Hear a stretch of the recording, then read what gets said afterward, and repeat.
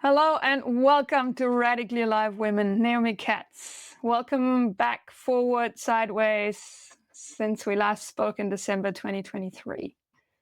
You are an educator, a movement facilitator, and a ceremonialist, amongst many other things. And I'm so glad I get to speak with you after this time has passed and to hear more of your wisdom that you have to share. Because I've witnessed you over the last 1.5 years sharing on Instagram, on your social media, and we've had some conversations. And yeah, I'd like to first say hello and hear, where are you at right now? How is it over there? And who are you right now in this moment? I think that more than anything right now, I'm observing the people around me. I'm observing myself. I'm observing what's happening in the world. I'm observing all the ways that pressure, conflict, tension, anxiety are fueling so much of what we are doing right now as a human culture. And I'm really feeling this longing to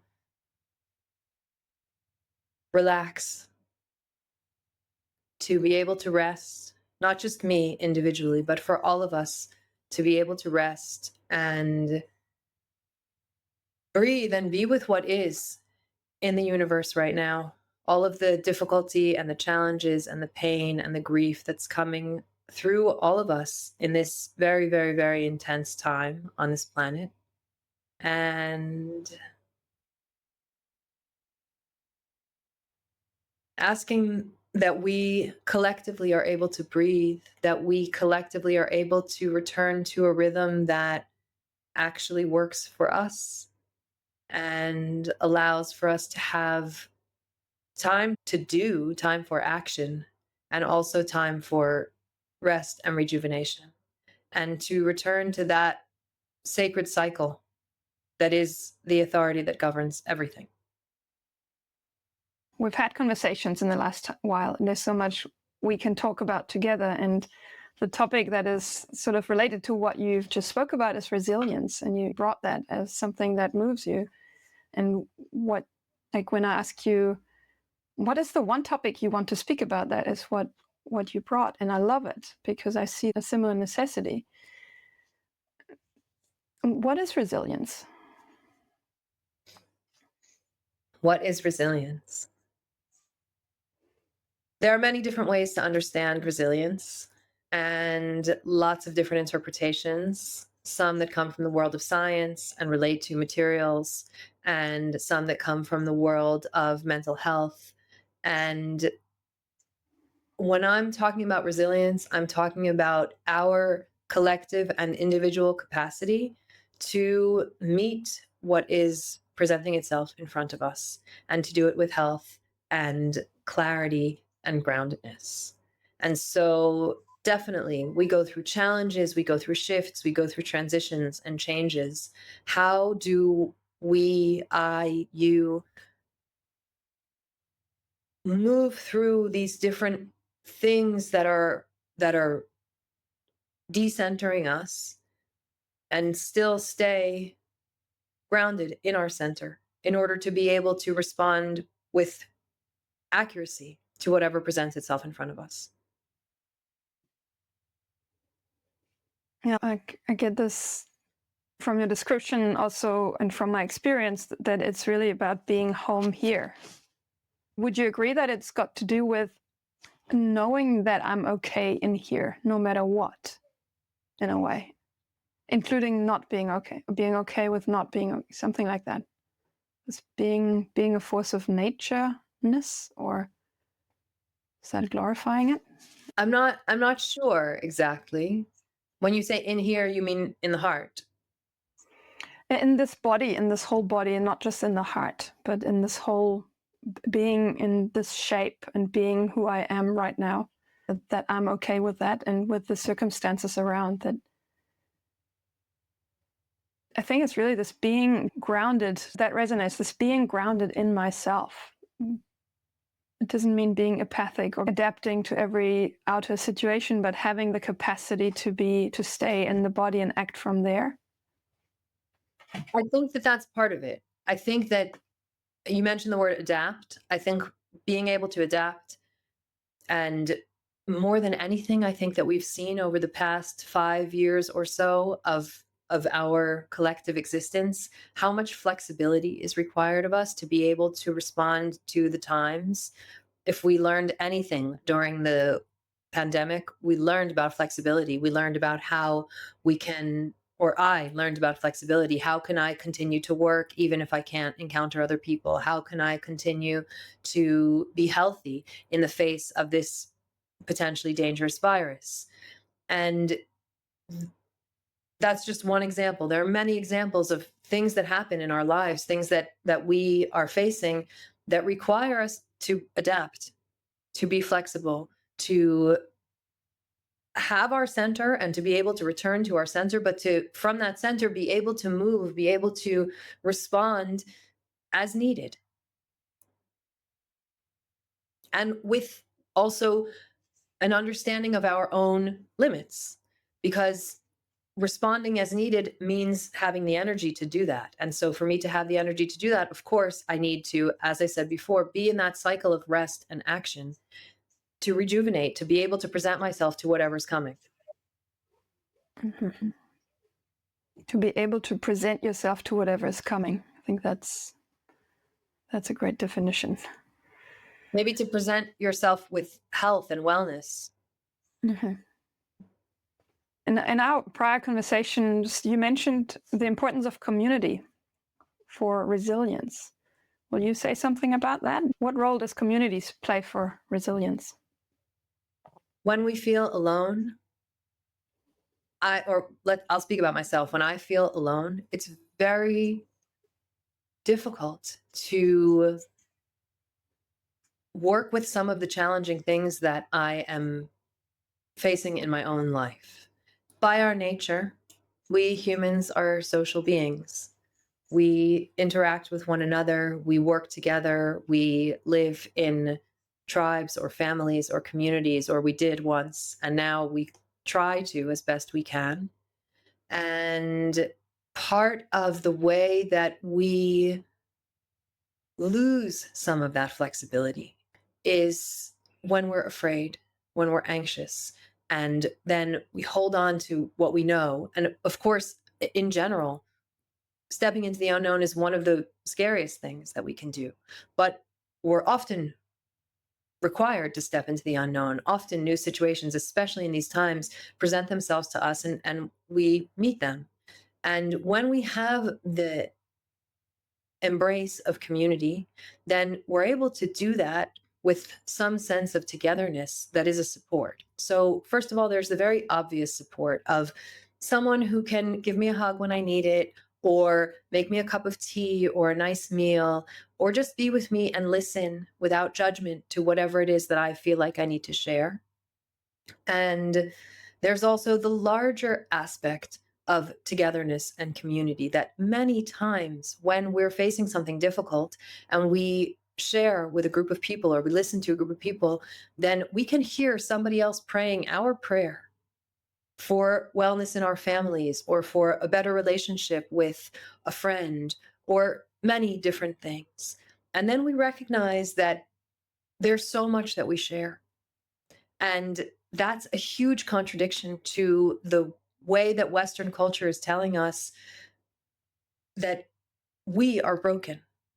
I carry trauma. I need to overcome my challenges. I am messed up. And so I need therapy. And therapy can be really supportive and useful in certain situations.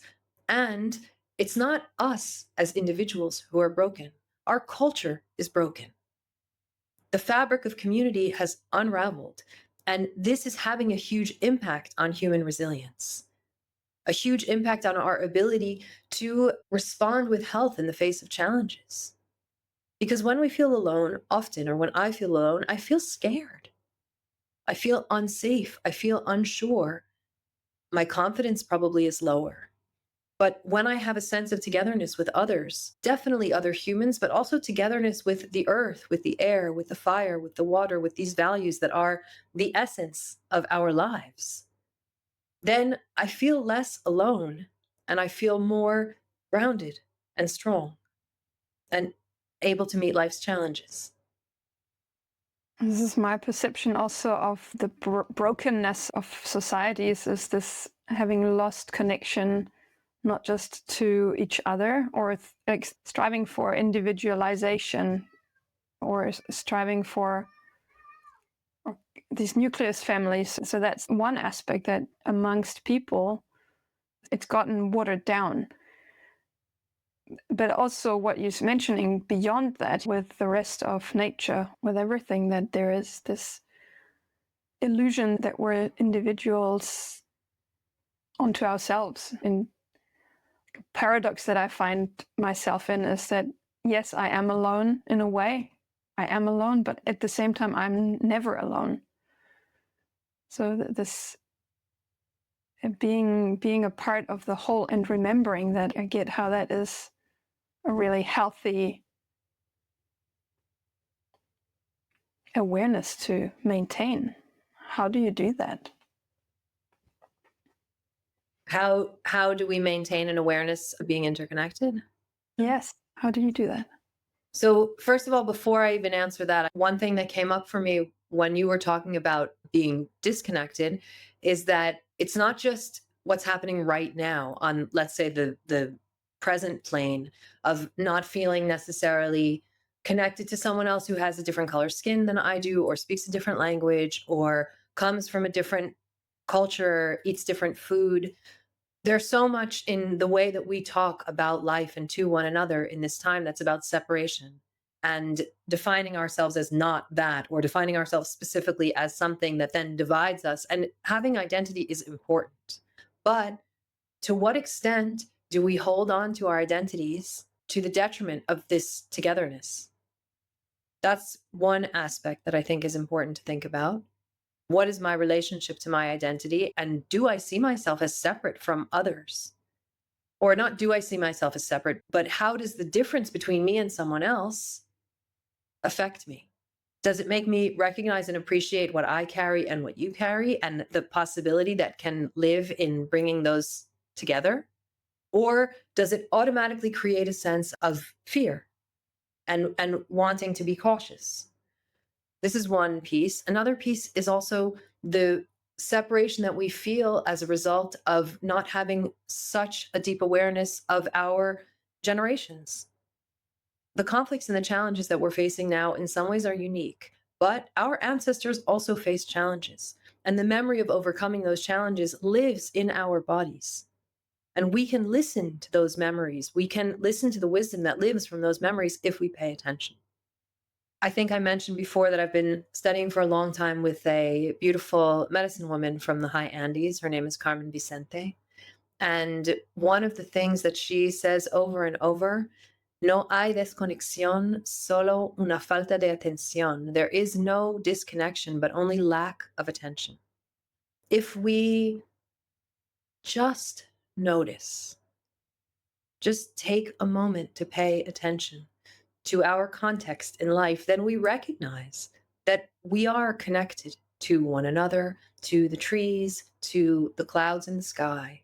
And this web of life that we are completely a part of is constantly embracing us. We don't have to do anything to be connected. We just need to notice that we are. Maybe it would be a useful practice to take time to notice that on a regular basis. But beyond taking the time to notice, we don't have to do anything specific. I think that is in itself radical, because we're so trained to have to do something, to be valuable, to get somewhere, and so on. So what I hear in a way from what you've shared is that actually one way of coming into community is to do less, to start noticing more, to bring your attention to what is the connections that are here. How am I connected? When we think about a teaching and understanding of life that's living in the cycles of the natural world, then we recognize that the sun rises in the east. The east, the energy of the east, is that energy of paying attention, the energy of birth, of childhood, of the beginning of life, where we learned by noticing, by watching what the adults were doing around us. We learned language by imitating the sounds that they were making, etc., etc., etc., etc.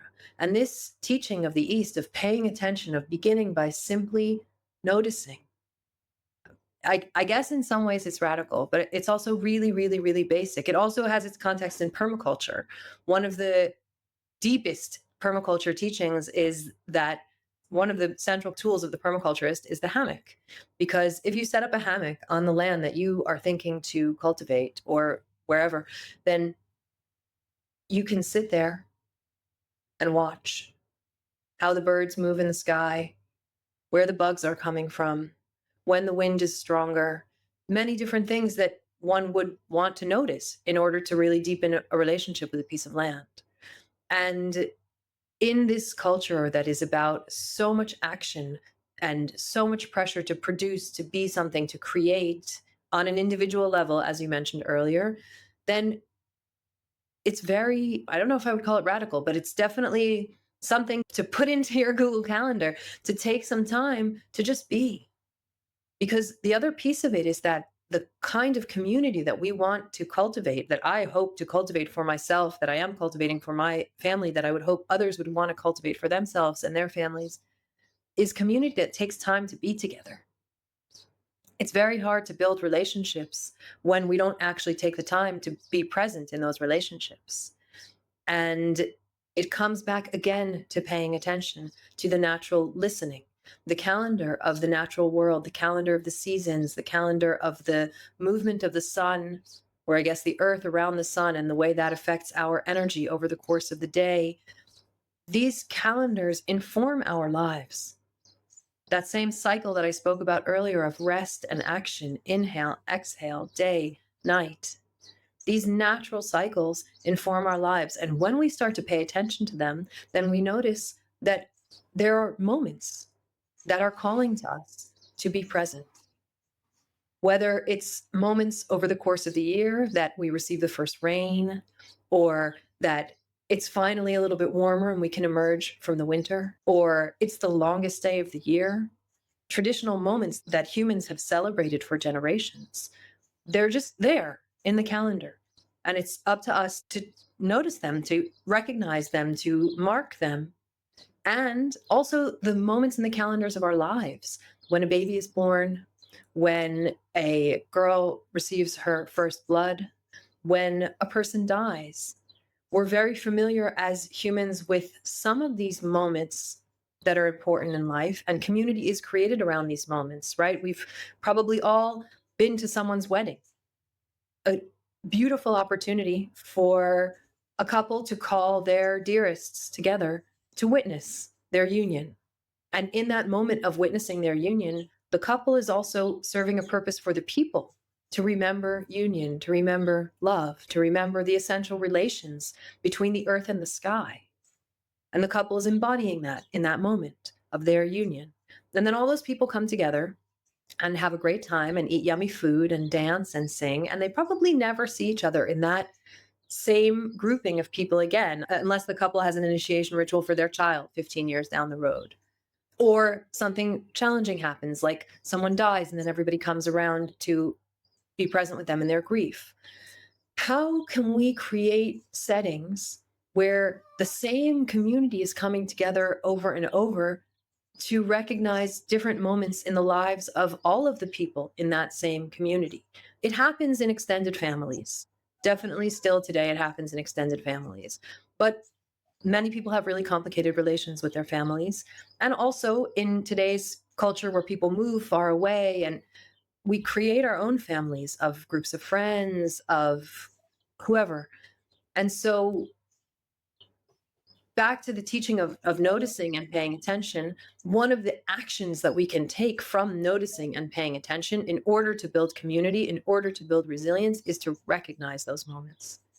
to come together for a ritual, to come together to celebrate the moment that's happening, and also to celebrate life, to come together to witness and be witnessed by one another, because that witnessing builds resilience. When you experience that witnessing, you know that you're not alone. When you witness someone else, you remember that you're not alone. And people who are present at the wedding of a couple, for example, that's a covenant, not just between the couple, but also between the witnesses and the couple. I'm going to be here for you as you navigate the challenges of being in a partnership. If I go to the celebration of the birth of a child, then I am also saying to that child and to the family who's holding that child, I'm here. How can we remember these aspects, these essential basic aspects of our existence? By paying attention again to the cycles. Yeah, paying attention to the cycles, and then also, I guess as women especially, we have our own cycle, we have our own cycle in our body. How does that relate?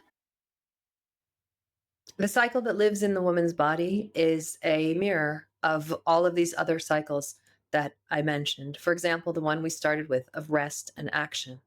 When we are in the phase of ovulation, the peak of the cycle, that's the action moment. And when we're in the phase of menstruation, that's the resting moment. And the follicular phase before the ovulation is leading into the action moment. What actions do we take in order to get to that peak? And the luteal phase between ovulation and menstruation, that's the grounding moment. How do I integrate what happened in that space of action? How do I manifest the visions maybe that came? How do I manifest them upon the earth? And so, if we're able to pay attention to the menstrual cycle, to the cycle that lives in the wombs of the women, then we are remembering again these essential cycles. And that attention to that specific cycle for women is a gateway to noticing the other cycles in the natural world, to noticing how do I feel in my body in the time of the east, in the follicular phase? And how do I feel in my body in the time of the north, in the menstrual phase? And of course, we all come from this cycle. All genders, all people. We're here because of the health of our mother's cycles. And so paying attention to that cycle is paying attention to our source, is paying attention to the movement of the waters. And that cycle that I just described in the woman's body, it's another reflection of the water cycle. That sometimes it rains and sometimes it's hot and the water evaporates and there are clouds, et cetera, et cetera, et cetera. We've all seen this diagram probably in elementary school. That cycle of the movement of the water is the cycle of the seasons. So if we can return our attention to those very natural movements of life in all of their forms, then the moments become obvious. And then it becomes up to us to recognize those moments, to take time to celebrate those moments. And of course, the best way is to do it together. Or maybe not the best way, but a very enjoyable way is to do it together.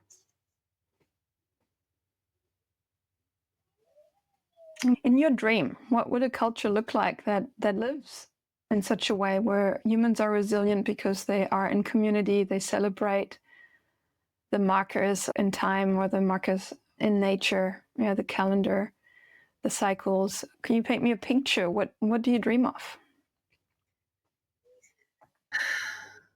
I don't want a realistic dream. I want your dream. I want your dream. Like the Native Americans or the First Nations, they have this saying that dream your dreams big enough. By the time they arrive on Earth, they will have become smaller anyway. Are you willing to share your dream? Groups of people living together in ways that are sustainable for them. So maybe people need their own house, their own personal space. Okay, we don't have to all come back into one big home, but there is a sense of togetherness where we meet one another for meals every so often, where we take the time to celebrate these moments that I just talked about, where when a child is born, the parents who are dealing with the newborn don't have to think about creating a celebration to recognize the birth of the child because it happens naturally from the community. We see this in many communities.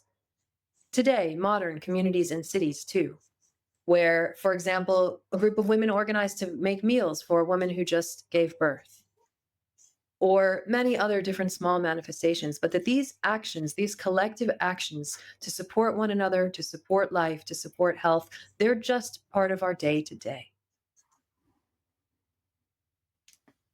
I get this real sense of the ripple effects of something that seems so simple, so basic. Yeah, I'm aware it's not simple or basic, or maybe it is simple, but it is profound. It's a profound sort of grounding, could be a profound grounding anchor for a society and culture that looks entirely different, also in the way we do work, in the way we do business, in the way this modern day world operates. In some ways, it's radical right now to encourage, for example, women to pay attention to their cycles. It's becoming much more trendy, and there's many people who post about it on Instagram. But even in that context, so much of it is about how to hack your life by doing the things that are best suited for each phase of the cycle, for example. And it's not about a life hack. It's about creating a sustainable basis for us to exist. And we don't have to reinvent the wheel. The pattern is there for us to receive from nature. Everything that we know as humans, we know from paying attention to the natural world. We know that the forest is healthy through diversity because we look at the forest. We understand how to live well by noticing the natural world. And in a culture where we stay up as late as we want because we can put on the lights and just keep on going, or we travel all over because we can, and then we're in different time zones and different seasons, or we eat tomatoes in the middle of winter even though it's not their season for growing. Synchronizing ourselves again with the natural rhythms of life it's the possibility is right there, right in front of us every second. And it's also in some ways a radical step to make that choice. But it is actually a really simple step. And that said, I travel all over and I eat tomatoes in the winter. And I also live in this Western culture. And it's important for me to notice that this Western culture is teaching me to separate myself from others. This culture is teaching me that I am broken. This culture is teaching us to separate ourselves from the natural world, from other elements of the natural world, including other humans or the trees or who knows. But that separation is actually what's artificial. That pattern of living that's all about doing all the time and being in action all the time, that's what's artificial. We all know that we need to sleep. With all of the AI and everything that is all the innovation that's happening in order to make life easier, better, more productive, whatever, humans are still sleeping every day. Babies are still being born from the menstrual cycle of the women. These are some basic elements of life that, at least for now, don't seem like they're going to change. I have a sense that you've already given some real specific examples of how people listening can start or continue on their path of coming closer to their own inner resilience. Do you have one practice that you want to highlight or point out so that people could take into their everyday practice? Sleep. Lay down and rest. When your body is asking you for rest, whether it's at night or in the middle of the day, listen. Because this culture of productivity, it's pushing us all the time. It's not going to stop pushing us. And we can choose how to respond. If we allow ourselves to be manipulated by the ongoing pressure to produce, to create, to be something to the detriment of our own rest, then we're not actually going to be so good at producing, creating. And we all know that. We've all been tired. And so, one practice, if you're asking me to give one thing, rest. Trisha Yes. Hersey, rest is resistance. Comes from the Black Rest is liberation. yeah.